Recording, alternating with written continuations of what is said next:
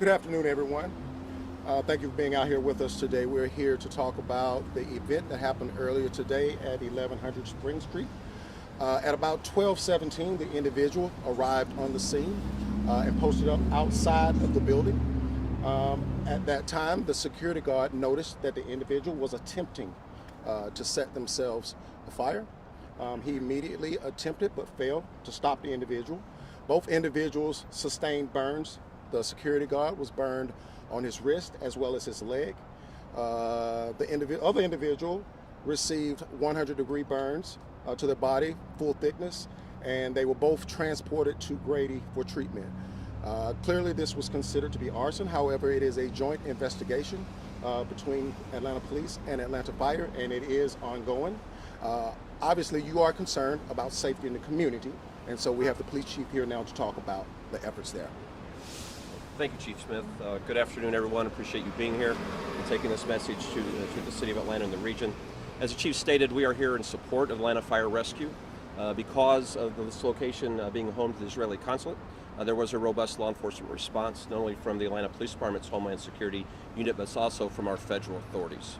We can tell you at this time we do not believe there's any nexus to terrorism at this location. We do believe at this time, based on the evidence that we have, the information that is readily available for us, this was likely an extreme act of political protest that occurred here today.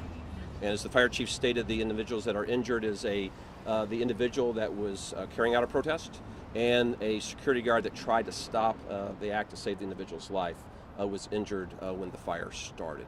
But the community is safe. This department is aware of the tensions that are present right now in the Jewish community and in the Muslim community. We actually have dedicated patrols that are occurring at this location and at other Jewish and Muslim communities in the city. One of those officers was here and responded quickly once the incident occurred. We continue to ensure that everyone is protected in Atlanta, Georgia, regardless of your religion, regardless of your heritage, regardless of your nationality. And we will continue to remain vigilant to ensure that everyone remains safe, and that we work with our partners and our authorities to give that assurance to the residents of Atlanta. Chief. I could not hear you, I'm sorry. What is the woman's condition right now? Right now, they are in critical condition. Can you tell us if it's a woman or a man? We don't have that information at this time. We're also hearing that the person was wrapped in a Palestine flag. Can you confirm that? I can tell you that a Palestinian flag was recovered at the location and was part of the protest. Was at any point this person tried to enter the Israeli consulate? Was that the final intention here? This is an investigation in the earliest stages. It appears to have been focused outside the building. I'm not aware of an attempt to enter the building. I can assure you that the diplomatic staff is safe. I've met with the Consul General, and the staff is safe. All the residents of this building are safe, and we do not believe at any time they were in danger. And how far into the building did the person make it? They were outside the building the entire time, sir. So they were in the lobby? They were outside the building, sir. What did she use as an accelerant? We found evidence of gasoline being utilized as an accelerant. And was she the only person protesting? That we are aware of, yes. Can you give us an age range of the individual that set themselves on fire? We don't have any information related to age, range, or gender at this time. Sir, did the woman say anything? We are unaware of anything was being said. However, the individual was transported and they are in critical condition. Have you had the chance to talk to anyone at the consulate yet? And if so, have they said anything about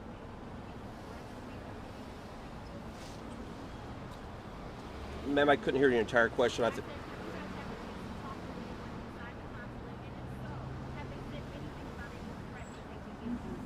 we have met with the Consul General and her staff, both the fire chief and I did as well as members of the federal diplomatic community.